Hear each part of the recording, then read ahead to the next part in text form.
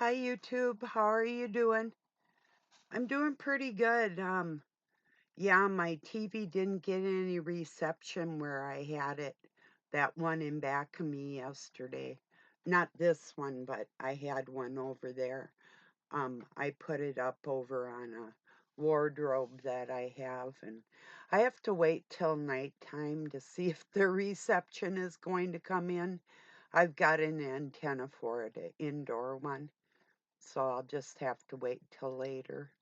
It works over on that wall, and it works over on this wall, but I've got other stuff there, so I don't know. I'm kind of done moving things around right now. I did this morning some more, but I was really, really sore last night in the middle of the night. I was up with cramps, just I don't know if you've done like a lot of digging with a shovel in your life or that type of thing, but well, anyway, just that can throw your back off is what I'm saying. Like I was thinking about Doug mentioned how his dad used to get leg cramps from digging ditches when he was a young man, and for the farmers he'd dig these irrigation ditches is what they were, and then they'd line them with tile and that type of stuff. So, but yeah, he'd be up at night, in pain because of it. And oh yeah, I've had that quite a bit in my life, but last night was exceptional. I took a couple aspirins. I couldn't even swallow them. I got them in my mouth and I had to stand up to relieve the pain a couple times. Yeah, it was rough, but I don't know. It's still worth it. And I gotta do the cleaning. I mean, you gotta move stuff around and clean under it and, all that. So, yeah. I pulled a narcissist trick on Doug. I said I'm gonna respond like a Doug comment. Um, this is what they'll do, like people that feel entitled, like to your time or your energy, or if there's something that needs to be cleaned in the house, or but anyway, he had asked me to not use this kindling that he has for the stove to make a fire tonight. He says if that goes out, don't put it in there because we need it for the kindling. I said I'm going to respond with the Doug response, and this is what narcissists do. So many rules. I don't know how I'm going to keep up with them. And he looked at me just dumbfounded. I said, yeah, it's a Doug comment. So many rules, and then you turn around and you walk away. you know, that's what these narcissists do. They feel entitled, and if you try and work with them in a situation, in like a home setting or at your work or whatever it is, they're going to make sure you come out on the short end of the stick. That's where their supposed entitlement comes in. Well, I don't let anybody get away with that with me. One way or another, it's not free. Um, I'm serious. I could tell you several things that I've done to remedy that, but you can use your imagination. Nothing illegal, you know. Painful maybe, but not illegal. So one way or another, I'm going to get them when they do something or say something. I do not let it go anymore. I mean, I don't bitch or nag about it. I just do what I do. Like I just told you, I pull a Doug comment on them. Act like an infant. So many rules. I don't know how I'll ever keep up with them. you know? That's a pure narcissist right there. Like you could say, um, when you get mud on the floor from your shoes, you should, when you're wearing your shoes in the house and you track mud in, you should clean up your own mess. I've got so many things to do, you know. It's like, oh, okay. I see how this goes. I'm just talking about how to deal with these types of comments that we get in our life. Um, sometimes I won't even mention anything because it doesn't get us anywhere unless we just feel like saying something, you know, on a certain day, like I did this morning or a little bit ago, you know. Yeah, it's rainy out again today. Rainy, wet, and ugh, can't work outside. Not today. I either the things I have to do is either in the garden or in that kitty house that I made, but no, not today. And it's supposed to be cold for like the rest of the week, so yeah, that leaves that out. Um, but my tomato plants are doing okay. They can be a little bigger when I do put them out there, but this is not global warming. This is abnormal coolness for this time of the year in my state. Usually in May, the beginning of May, or at least by about the 10th. The first week in May, we usually have our choke cherries in bloom. And when those bushes come in bloom, is typically when the farmers or the gardeners start planting. But we weren't able to do that. Now, maybe some of the bigger farmers got their crops in. I'm not certain. I haven't been out and about around my area. But yeah, so yeah, we might hear the phone ringing. I know. Well, it's probably for Doug. Um, I'm not here. According to my phone, I don't even have my phone. We have a landline. I do have a cell phone. I don't have it hooked up. We get really horrible reception from everything here. We're going to fiber optics, but right now we have a phone on our satellite, and so it's a little different. But anyway, I don't even have my phone plugged in anymore. It's over on my shelf. I might, if it's something important like my grandkids or something, they can get a hold of me on Messenger and, you know, on Facebook. Always. I just open up my computer in the morning, see if anybody's saying anything, and leave it on, you know. So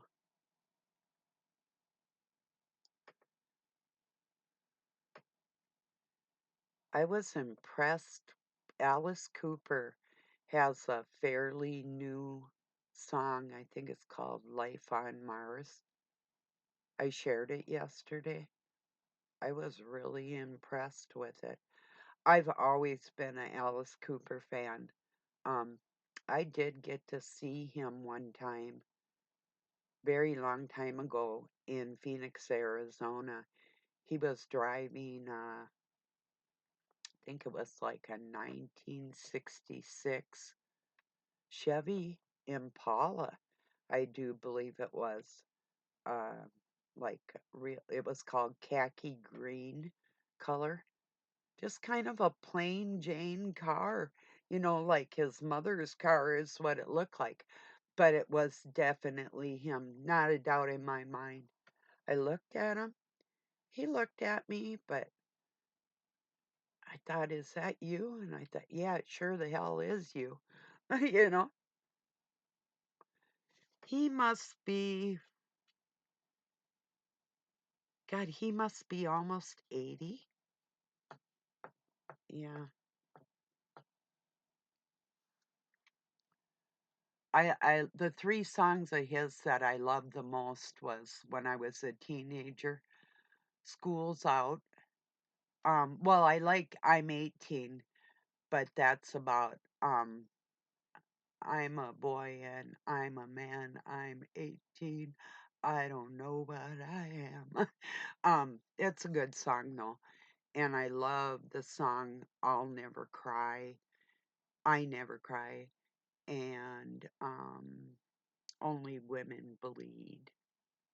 Well, we all bleed if we get poked hard enough, but yeah, I think we get the meaning of what, and the video that goes along with that is just sadistic for abuse.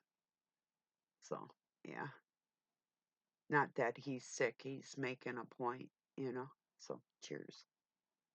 He's a really nice person from what I can tell from a distance, you know, and his work.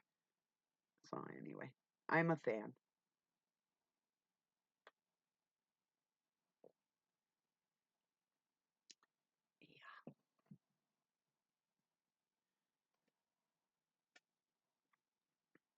Um, I don't know. I don't want to always just get on here and talk about the bad things in life because I have, good things going on. But it's um selfish people on this planet. There's just way too many of them. I really think that the good ones were totally outnumbered. It's not a doubt. A lot of people can put on a facade, but you can read through that if, once you get to know um, their tactics and how they act, their personality traits. They don't change in people. And I know people wish and hope that the ones that they love and care about are going to change. It's just not like that. These adult people are doing what they want to do in life, no matter the consequences. And when you know that there should be severe consequences for actions that people do that you can't prove, it's in private or whatever it is, you can't necessarily prove to the world what is a criminal activity in the eyes of justice and righteousness. I mean, integrity. What would I do to somebody versus what would somebody do to me? You know? So if I wouldn't do it to them, then there should be consequences for what they do to me. You right?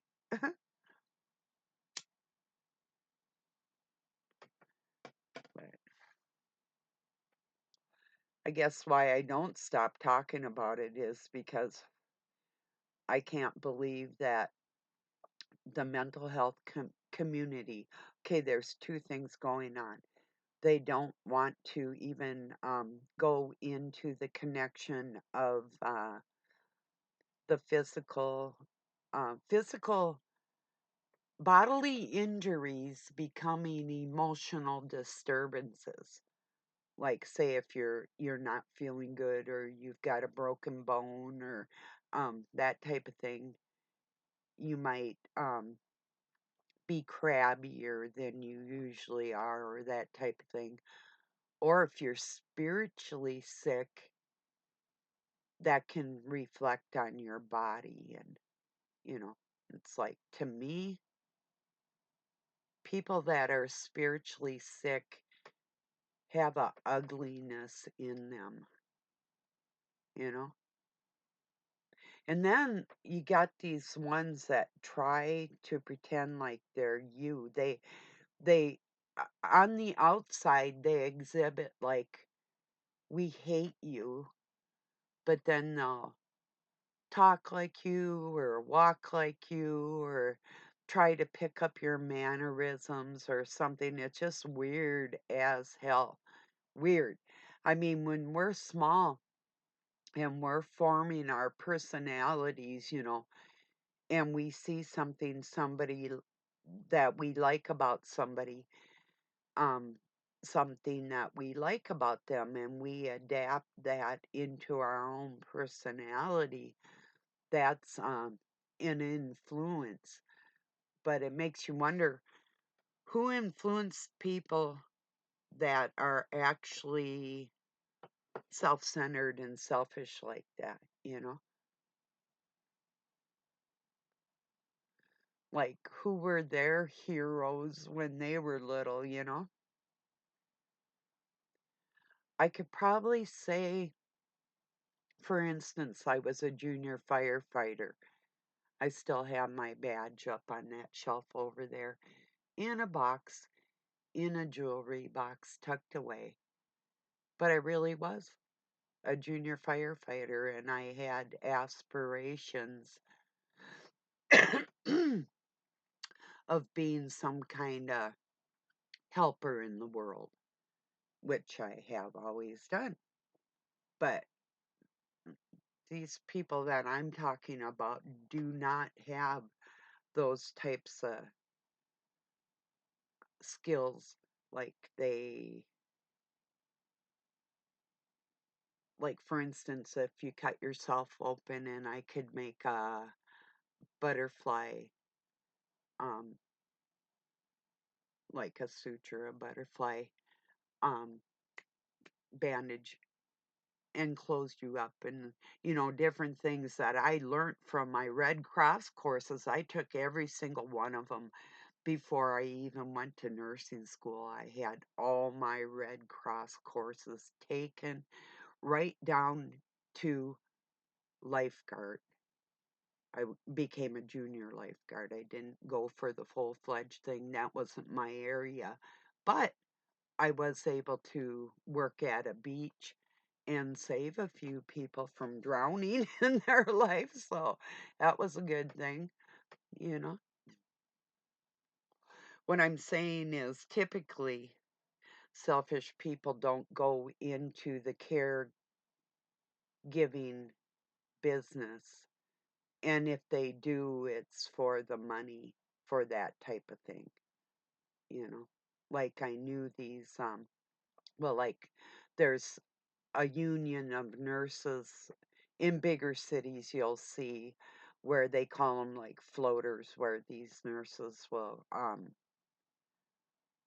they don't actually work at one hospital in particular. They'll just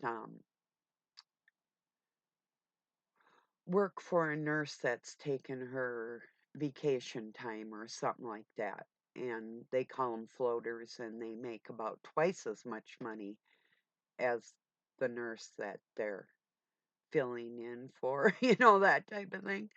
We found that a lot of these, what we call floaters, were actually not true caregivers. It was more about the money than it was about the care of the people. I mean, of course, if you're going to put time into something and take courses and um, hours of classrooms and studies and applications and different things, languages for different drugs and whatever, all of that we do when we're doing that type of thing. If a person's going to take that much effort to do something, typically it's because they care about people. But I don't know. What about all these doctors and nurses on TikTok? That blew me away. Dancing during a pandemic, it's like, give me a break. Trust me, when people are sick and you're in a hospital, you're not out in the hallways dancing with joy around all these sick people, that blew me away. I'm like, what the fuck? They're all guilty.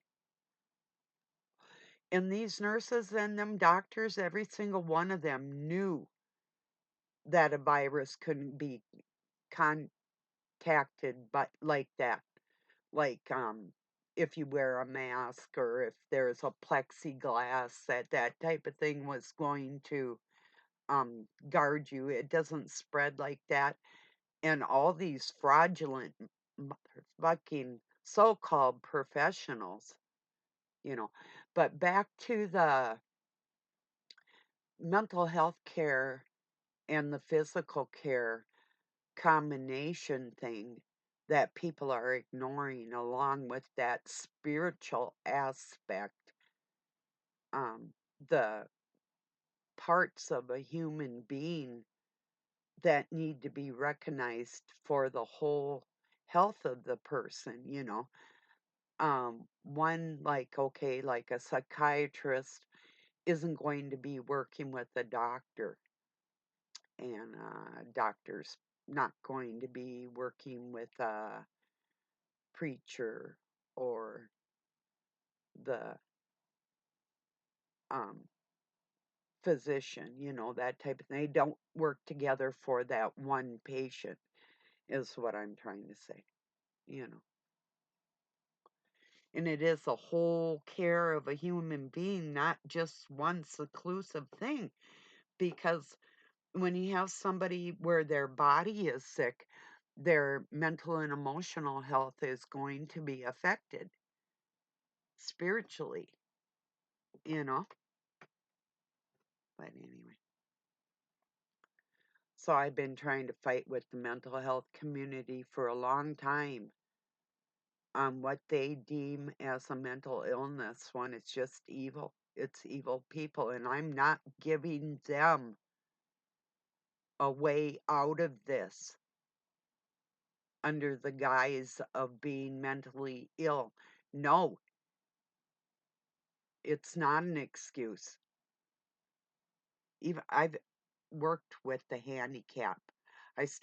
Started working for Head Start um, in the late 60s when I was still a kid. I volunteered for Head Start working with handicapped, emotionally and physically injured kids. And I've seen enough. And I worked as a paraprofessional for a school system working with emotionally disturbed teens. I know quite a bit about it. I know, and I've worked as a counselor and a trained medical assistant. So, and I'm a licensed ordained minister, so I could perform weddings if I wanted to. That's why. But my knowledge base of the whole thing and everything I'm talking about, people have a hard time keeping up with that. You know, today I'm having a hard time keeping up with it too. But I am. I'm sore. I'm I hurt myself.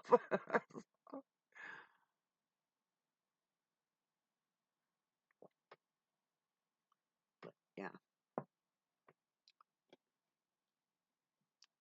Have you run across these people where you say something simple and, oh, I don't know these things. There's so many rules, something just like I could tell my 3-year-old to pick something up and they would get the gist that um it's not like so many rules, it's something that's expected. Like you take something out or you make a mess, you clean it up, don't you? I don't know. I don't live around that, but that's the way I operate. I've always operated like that.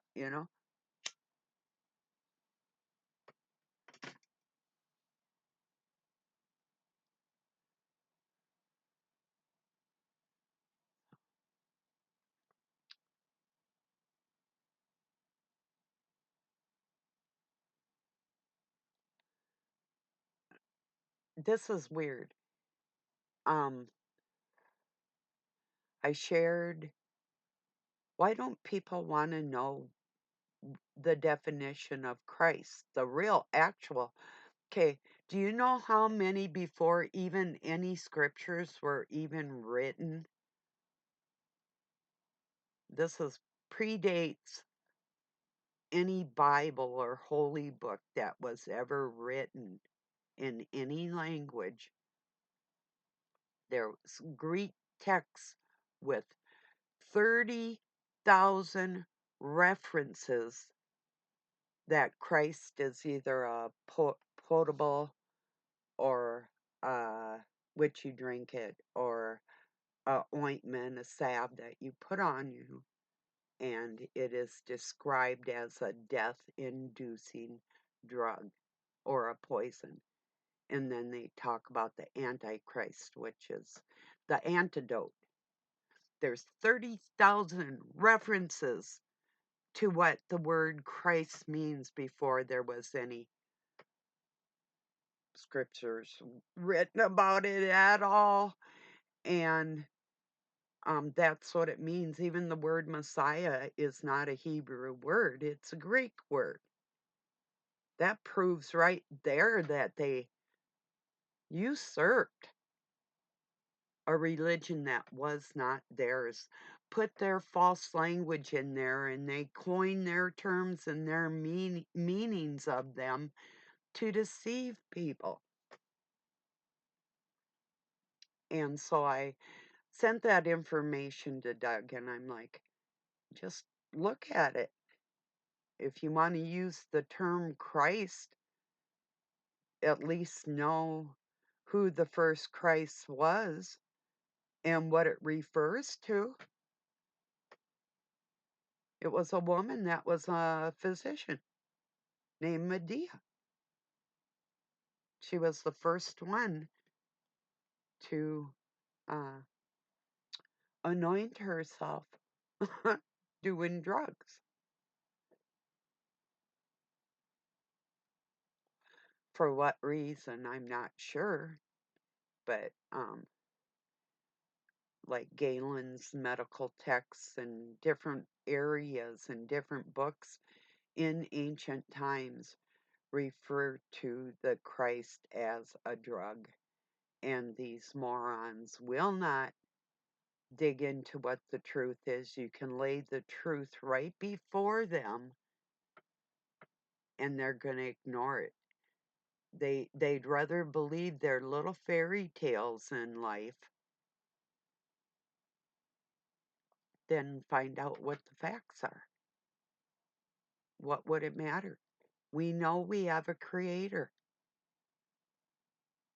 Well, if you're the first of somebody, you don't have a name, you know?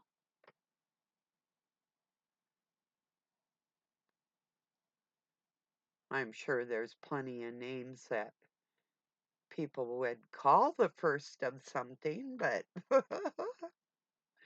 you know, how do you name somebody that's nameless,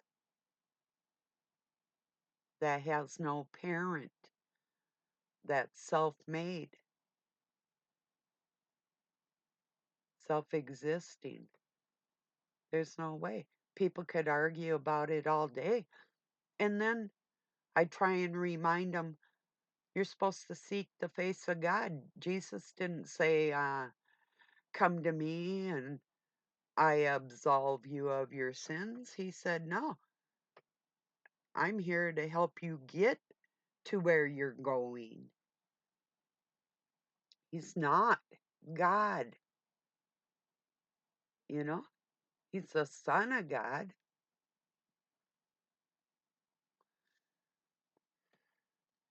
And that my Father and I are one bullshit.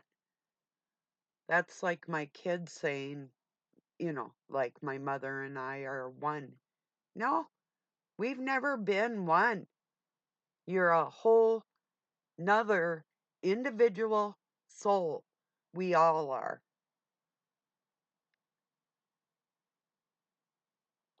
Thinking of things logically is the best way to decipher anything. What's logical?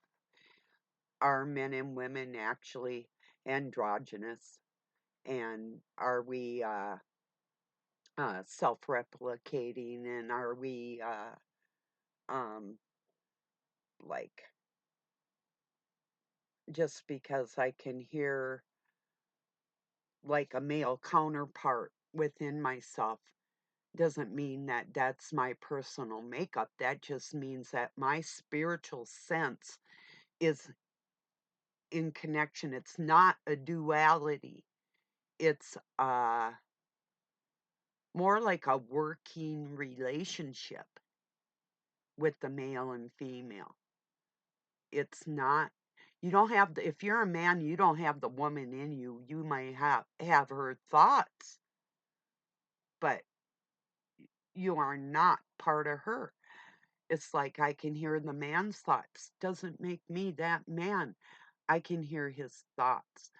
It's like I say, when God made us in his image, um, well, I refer to it a lot of times like a baker making the loaf of bread. That doesn't mean that that baker is that loaf of bread, if you see what I mean. He's capable of making all kinds of things, not just that loaf of bread. So to be able to describe God just as that loaf of bread is what people are trying to put him in a box. And then, or box the male and the female together and see now this intertwining of our DNA. And I don't believe, well, you cannot describe the energy of the male and female in the physical form united, is what I'm trying to explain. That okay, say like um Barbello, if you know who she is, that's God's first thought, his representation of his self, his mind, his heart in a woman's body to be able to reproduce life does not make her male. That's his first thought, was that female. Still does not make her male. It does not make him female. It's like an artist. If I paint something, I paint a flower, that doesn't make me the flower. That makes me the creator of that flower. I've tried to explain this to people. It's not necessarily the duality or getting in touch with my masculine side. It's having the understanding of what that masculine is, not trying to get in touch with it, but having the understanding of it, you know? It's not a duality like that. Not like that. That's where, like, the marriage, when you become one, it's not a physical thing. You don't crawl into each other's skin. It's with your mind and your spirit, you know? So, so anyway, I'm gonna get this uploaded. I'm just saying hi today, and hope you have a really good night or day wherever you're at. I've I've got things to do. I don't know if I'm going to though, but excuse me. Yeah, it's kind of a rough one today. So, okay, everybody, I'll talk to you soon. Peace and love from Pine City, Minnesota, USA.